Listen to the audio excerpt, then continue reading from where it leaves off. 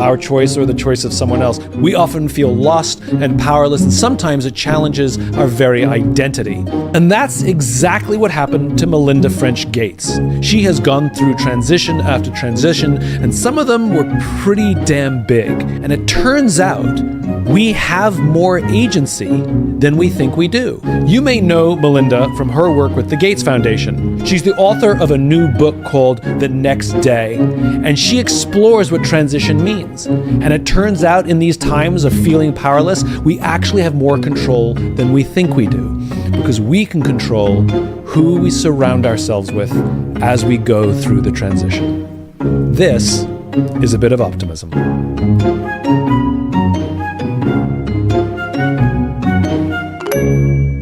Let's make a transition to talk about transition. Okay. What have you learned about yourself as your life has changed over the past few years? What is the life you're forging yourself now?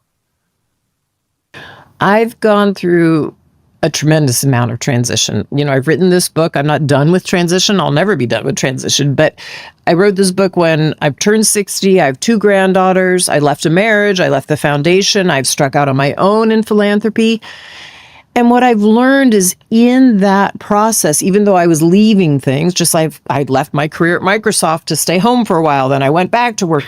There is so much to learn in a transition and so much growth that can happen. And you find yourself on the other side far more resilient. So at least in my case, I have. And I think I'm way less afraid of change now. I'm much more like, bring it on. When you've gone through a lot of transitions and you've taken the time to look at them, examine them, see where you've grown, see where you've made mistakes, then when a change comes, it's not as scary at all, because it's like you've been there before. You've been in a situation of change. And just when you thought something beautiful might not come on the other side, it eventually does. How did it affect your identity of yourself? We define ourselves, too many of us define ourselves by the job we have, the title we've got, the role we play. And, a lot of the transitions you're making are the job you have, the role you play, the title you have. How does that affect your own sense of, identity? Like, who am I? Yeah, I observed. So I knew, a lot of people. I started at Microsoft when I was young, when the company was still very young. It had just gone public a couple years before.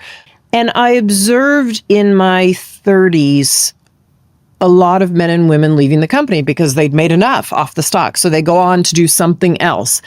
And an observation that I made was that the women, at least that I knew, tended to do better in the transition than the men did.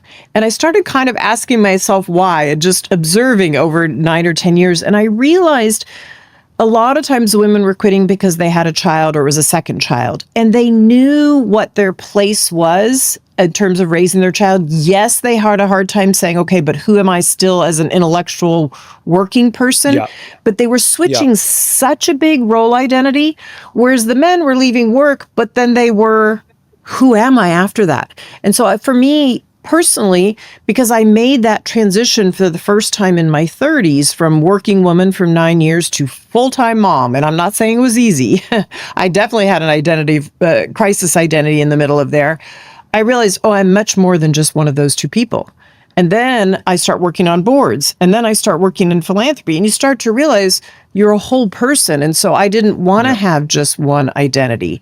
But I think if you lived kind of this one identity for a long time, your ego gets even more attached to it, and then it is a harder transition on the other side. I don't know. What do you see? What do you see about people who've made good transitions or not good transitions? I think this is somewhat of what you're saying, which is the women were going to something, right? Now I have the financial freedom to go be the full-time mom that I want to be, or take a little break to go, be at home again, right? And yes, you deal with the who am I? And I've seen that many times, which is like, if I'm not thinking every day, am I not a thinker anymore, right? Mm-hmm. I've seen that happen with some wonderful and successful women. But at the same time, they made their choice to go to something. Whereas the way you're describing it, the men are going away from something, which is, I have the money, I don't need to do this anymore. I don't want to do this anymore. I'm going to go into the great yonder. But I think that the people who make successful transitions are the ones who go towards something, and the ones that are going away from something, I think, struggle more. Because I think also the decision making, right? I think you're more careful when you go to something, because I know what I want to make sure it's the right thing. When you're going away from something, you're like, ugh, I hate this, get me out of here. And you take the first shiny object that's not that. We do it in jobs, we do it in relationships, we do it all the time, right? Definitely. I've seen it in all those forms. And you can even think of one female high-level business executive who, as soon as she left something, she literally was jumping to the next thing. And I literally said to her at the time, I knew her well enough, don't do that. Like, just tell them you're probably going to take the job, but give you 6 months, And she jumped to that thing. And sure enough, 2.5 years later, she stopped doing that thing. Because it was just too quick, right? She didn't really know what she wanted. She didn't want to sit in that uncomfortable space of not knowing. It's hard to not know. So what does that mean to sit in that uncomfortable space, and how are we supposed to do it? Going back to fear, right? One of the reasons we make decisions out of fear is I don't want to be uncomfortable. Totally. Nobody wants to be uncomfortable. And people stay in bad relationships for fear of just not having a relationship. Oh, that's definitely true. I've seen a lot of that. I know how I went through it that was supportive of me. So I'll say this in case it's helpful to other people, is I surrounded myself with good friends who reminded me, we don't know where you're going, but you will be okay. Like, here are the places we've seen you in the past and you've been resilient. And yes, you're sad now, or yes, you don't know what comes next, but you're going to be okay. And on my saddest days or darkest days, I could also go to them and even share the hardest pieces, the grief, the loneliness, all of it. And again, they could hold up their perspective that I'm going to be fine, right? But I let myself go through those cycles of grief, anger, denial, and you go through them multiple times. You don't just go through them and, oh, done, cleaned up with that. That would be nice. That would be lovely, but you don't. But so you literally have to sit in that uncomfortable space. And it's also part of why I do talk about openly that I saw a therapist. Yeah. And I used to think therapists were for people who had something wrong with them or a problem in life. But I went in because of a toxic work employee we were dealing with. But in the end, I realized, no. And I ended up learning so much about myself. The thing that you said that I think is really important to highlight, I think it's more important than even I learned to sit in discomfort. I surrounded myself with friends who ... right? There was an action taken place, that you didn't just sit in discomfort, right? It's like you put the parachute on before you jumped out of the plane. Like there was some preparation before the difficult thing. And that preparation was I surrounded myself with people who knew how to hold space for me to be uncomfortable. And I've seen men who've gone through similar transitions. First of all, I don't think they surrounded themselves with anybody. And worse, the other men who showed up in their lives to give them advice kept telling them how to fix their feelings, how to get over it. Yeah. They kept telling them, get a bigger job, to say F you to the man, show them who's right here. And I have one friend I'm thinking of in particular who he was going through transition. And I when I met him, I didn't know him that well. I don't know, for whatever reason, I found myself at a table with him, talking to him about his transition. It was very raw and very new. And one of the reasons we became close friends is I was the only person who said, just mourn. Just be sad. Yep. Like, it's okay. What you said is so true, which is if you're going to go through some transition, or if you're forced to go through some transition, because sometimes it's not our choice. Right. The agency we always have agency. The agency we have may not be to fix or make right the situation that is, but we do have the agency to surround ourselves with people who we know can simply be there and hold space for us as we go through whatever we have to go through. Absolutely. Well said. And it has to be a trusted relationship. As you said, you created space somehow for that person to feel trusted. And I think we do, men and women, but I see it a lot with men, we do them a disservice by saying to them when they're young boys, buck up. It wasn't that hard. Just pick yourself up and keep going on. No, they have real feelings. Let them feel their feelings and then go on, right? And I just think, sometimes we don't have all the right messages in society. And then if someone doesn't actually deal with their feelings and their emotions, it often comes out what I call sideways. It comes out as anger at somebody else. It comes out in bad behavior. And so we need to have trusted friends. And as you said, hold trusted space. I think that is so well said. When we feel powerless, and we may be powerless in the situation, divorce, getting fired, choosing to leave a job, moving, all kinds of transitions we're forced to make or we choose to make that are very disruptive to our lives. We haven't given up all control. The greatest control we have is who we go through it with. And I just love that you said that. If I were to interview your friends, and I would say, who is the Melinda you knew before the transition and who's the Melinda you know now? Many of them have said, you are so much more like either, if they knew me in high school, the girl I knew in high school, or yourself in your 20s. Like just more open, more joyful, more willing to try new things, go out and look stupid, have fun, right? I've called it almost a learning back to myself. I knew a lot about who I was when I was in high school. I was lucky enough. I went to an all-girls Catholic school, so we were very much standing in our power. And even the nuns around us taught us to question our faith and to listen and to think about community. But I think when you get, or I'll say in my case, when I got launched out in society, then I started to come up to against what many women have described as the 10,000 paper cuts, just barriers in society of people who treat you like less or tell you you're less or, and that stuff wears on you over time. As I really stepped into my own power at the foundation and understood my role and who I wanted to be, right, that made me start to feel more and more and more like myself, that I had my full voice and I was, by God, going to say what I believed, whether you like it or not, right? So if you were that young woman, if you were that girl, for some reasons we know and some reasons we don't, it was taken away from you, that you lost a piece of yourself to some degree. It took 40, 35 years, longer than you were old when you had it, to get it back. How can we make sure that young women and young men, and particularly young women, don't have to spend 35 years trying to get it back? That when your friends say to you, wow, you're like the person I knew when you were 20, like that's sort of a very scary thought. It is. Like, did they not enjoy hanging out with you for 35 years? Well, I think we certainly had some fun moments, don't get me wrong, but I think I looked very stressed to them.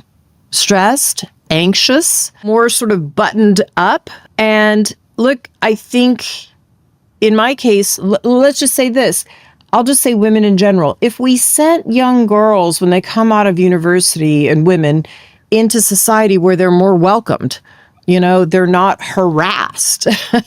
They're not looked down on by other people. They don't walk into a room and when they sit at the table, they're the only one like them. This stuff happens all the time.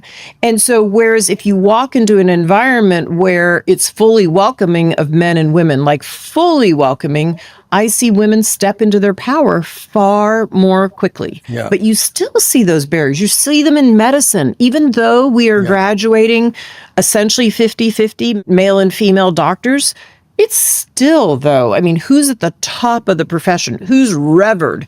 It's the neurologist, right? The surgeon, oh my gosh, and who's looked down on in the hospital? The nurses. But yet who's caring for us? Like who's really there at bedside most of the time? It's a nurse. Are you kidding? Are you kidding me? Right? The surgeon might, fix your bone and put it back together, but it's the nurse. So we have some things backwards in society. Can I pull on that thread and even push a little bit? Sure. Which is, the question was like, how can these young women in particular retain who they are so they don't have to go through some loss of self in order to regain it? And we're putting the onus on the workplace, well, if they accepted women more and if they just did this and they didn't feel like that, and that seems, though true and though necessary, it still takes the control away from that young woman, doctor, lawyer, business person, whatever it is. And so I want to go back to your own advice, which is maybe, just maybe, the way for a young woman to enter any of these professions is to have the agency to surround themselves with the people who will hold space for them, so that when they go through this, they're less intimidated, they're less pushed down, they push back, because the safe space is not the boardroom, but the safe space is the group that they've created around them. Totally. I mean, when young women ask me for advice, that's what I tell them is find the allies around you, the other women, the other men. You know, a man who's willing to hold space in a room for you at a meeting, or say, hey, she just said that. Let's move on here, right? Find those allies. But not everybody's lucky enough to do that. And I do think, I mean, that is one of the things I say about those of us who have found ourselves in positions of leadership, men and women. We really have to create the space. I mean, I finally learned one of the things internally when I was working at the foundation, the culture of the foundation is, if I saw a man talk over a woman, it just in a really nice way, I'd let him finish and then I'd say, okay, I heard what you said, but she also had something to say. And I just created space for her to speak up. And boy, sometimes the ideas that would come out, everybody would be like, oh my gosh, okay. So I think if we're a bit older and we're in a position of leadership, we need to create that for others. And if we're in a peer situation, we have to be allies of others, for sure. And the best way to do it is to be in service, right? If you want to select people to surround yourself with, to give you the support and love as you go through the transitions of life, then we have to accept the responsibility to be a part of the communities for others as they go through the transitions of life as well. It's a give and a take. It's not just a take. Well said. Definitely. So you've done a lot of work in women's empowerment and celebrating women in the world. Beyond the obvious, is there a particular reason that you went down that road and not one of the many, many other roads that somebody who's interested in helping the world and advancing the greater good would take? I had been working in philanthropy for over a decade and doing large-scale grants, traveling the world, meeting so many people all over the world on the ground and seeing their lives. And I came to realize that if we didn't invest in women, we weren't getting the most out of our grant making. We just weren't. Because everywhere you went, all over the world, it was the women who predominantly were in charge of the family. And so she decided, especially in a low or middle income country, who eats and in what order and what the finances of the family are spent upon. And on the converse side, when she would have resources, she was far more likely, we knew from very good research, to invest in her children than her spouse was. It's such an interesting point, right? Which is, it's not really, it's not born out of feminism per se, it's born out of efficiency. Absolutely. For me, this is not an argument about, this is just the right thing to do or it's time. It's an argument born out of, if we want the world to get better, invest in women. And if you're not looking at that piece of it, I'll give you a specific example. If we, which we were investing in a seed that was more drought resistant or pest resistant for an area. So, okay, the farmers are getting more yield off their farm. They can put more on the market. They can make more money. They can feed their kids more. But what was happening is 50% of the farmers were women, but those seeds weren't getting to them because guess what? They couldn't go to the person who was the agri-dealer giving out the seeds and selling the seeds. Women, for lots of reasons, were stuck on the farm. So it's like, okay, we're getting half of what we ought to out of this grant making. So yes, it was an efficiency argument. And we know this, you know better than I do, Muhammad Yunus, when he started doing his microloans, he knew that women that he gave microloans to were more likely to pay back their loans than the men by significant numbers. And so again, an efficiency argument. I guess there's an irony to this, right? Because it's the patriarchal system in so many of these developing countries where the husband is the alpha of the family, even though the woman's looking after the kids, cleaning the house, doing the farming. That actually works counter here, because the men are using money for other reasons other than their families. So if you want to invest in a community that advances money further, you give it to the women. I just think there's an irony where the men are supposed to be the protectors. It actually backfires because of the way they spend money. It is an irony. And I would say not just in low-income countries. The world has inadvertently, no wrongdoing in it, but the world has inadvertently been set up for men. Look at our own Constitution in the United States. Women did not have the right to vote. They weren't essentially seen in the Constitution. So what happened then was we set up a society, even here, where our workplaces were places that became, if you think about after the Industrial Revolution, were set up really for men to go to the office, and we assumed women would take the caregiving role, right? So it got set up that way. But even today, in a high-income country like the United States, of all the couples that have children, 67% of them, both parents are working. And yet, we still, in this country, in this day and age, we are the only country in the world, in the United States, that doesn't have paid family medical leave of high-income countries. And so that means that you're putting a double burden, for the most part, on the women. And so I just look at society after society, and over time, the ones that tend to do better is when they start to really make sure that women can step into their full power. So you started doing philanthropy by bringing all kinds of resources to nations around the world, and the investment in women was about efficiency, not feminism.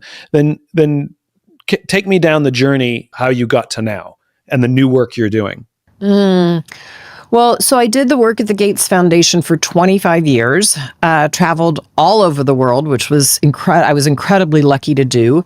The foundation was at a point where it's in very good hands. We have a board. We have a fantastic CEO who I've known for 17 years. He's just doing a great job. And then there was a rollback of a law that had been on the books since I was a child for women's rights in the United States.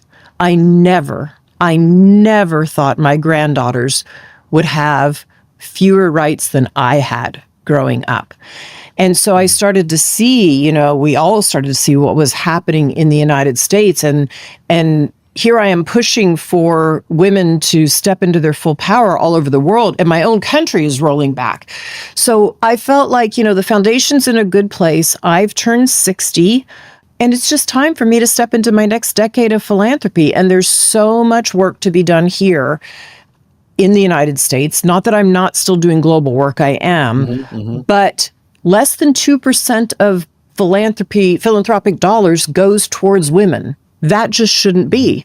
Less than 2% of women get a VC to invest in their business. That should not be in this country. So we're still, in our country, more than 300 years away from gender equality. And I thought, gosh, I've been to so many places in the world that look towards the United States, but here we are rolling back, and instead we need to be pushing forward.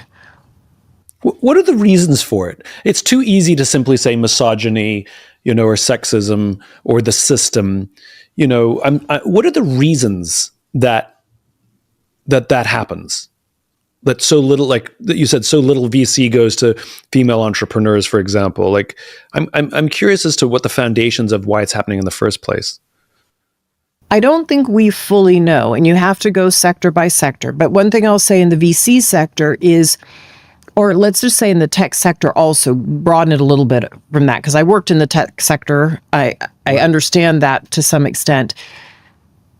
It has not been the most welcoming place for women.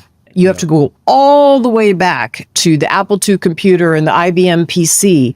When the Apple II came out, lots of young girls were actually coding and being on it. But when IBM came out and started promoting the PC, they started promoting gaming and boys' games, and it became very gamified. And so boys really enjoyed that. So fewer women went into computer science. Then what happens? Okay, well, if boys are already playing with the computer when they're young and they go into college, they know a lot about it. So women go in feeling like, I'm learning a brand new language, right? So you started getting, when I was in college, literally, we were on our way up in terms of computer science degrees. We thought it was going to be like medicine and law have gone to today. And then it had this precipitous drop. And then what happened was when you got women not going into the field, the industry where they would go to work felt very unwelcoming to them because there weren't very many people who looked like them, right? And so then, okay, who's the money go into the hands of? Who are the VCs? They're mostly men. So when they look at these businesses that are coming before them, quite honestly, they don't understand some of the businesses that are coming before them from women. They sort of laugh them out of the room. And it's not because they're necessarily doing anything wrong. It's because they don't have the same lens on society that a woman has, right? And so it just becomes this sort of self-referencing mechanism, and the flywheel gets going and the momentum gets going. And so what you have to do is figure out, how do you put something in there to stop it so that, we can make it so more women, their businesses get invested in. I love your point of the flywheel, the self-licking ice cream, right? It's the system that perpetuates itself. Because if I look at some of, you look at young male entrepreneurs, their standards of success, or the bragging rights, are how much VC they were able to get and their rate of growth. And yet there's no data to show that a fast-growing company is healthier than one that's not. In fact, sometimes the opposite. But, growth is the metric because it benefits the investors, not necessarily the companies. But that's their metric, right? How much money did I raise and how fast am I growing? Then I look at some of my favorite female entrepreneurs, your Sarah Blakely or your Carissa Bodner, from Spanx and Thrive, respectively. And they raised no money. They built their businesses themselves with, the few dollars they had in their pockets. They actively turned down VC. A lot of male venture capitalists told them they were stupid. They both resisted the overwhelming pressure to go public because they didn't see a need for it and they didn't need to raise the money and they weren't looking for a liquidity event. And both of them built unbelievably strong, resilient companies. And the sense is that their metrics, it goes back to the same thinking as before, where the efficiency why you invested in the mothers in the developing world, it's because the way they made decisions on how they spent their money was very different. And you have these female entrepreneurs who are spending their money to actually build really good companies. They're, quote unquote, taking care of their families. They're investing in the farm. They're investing in the things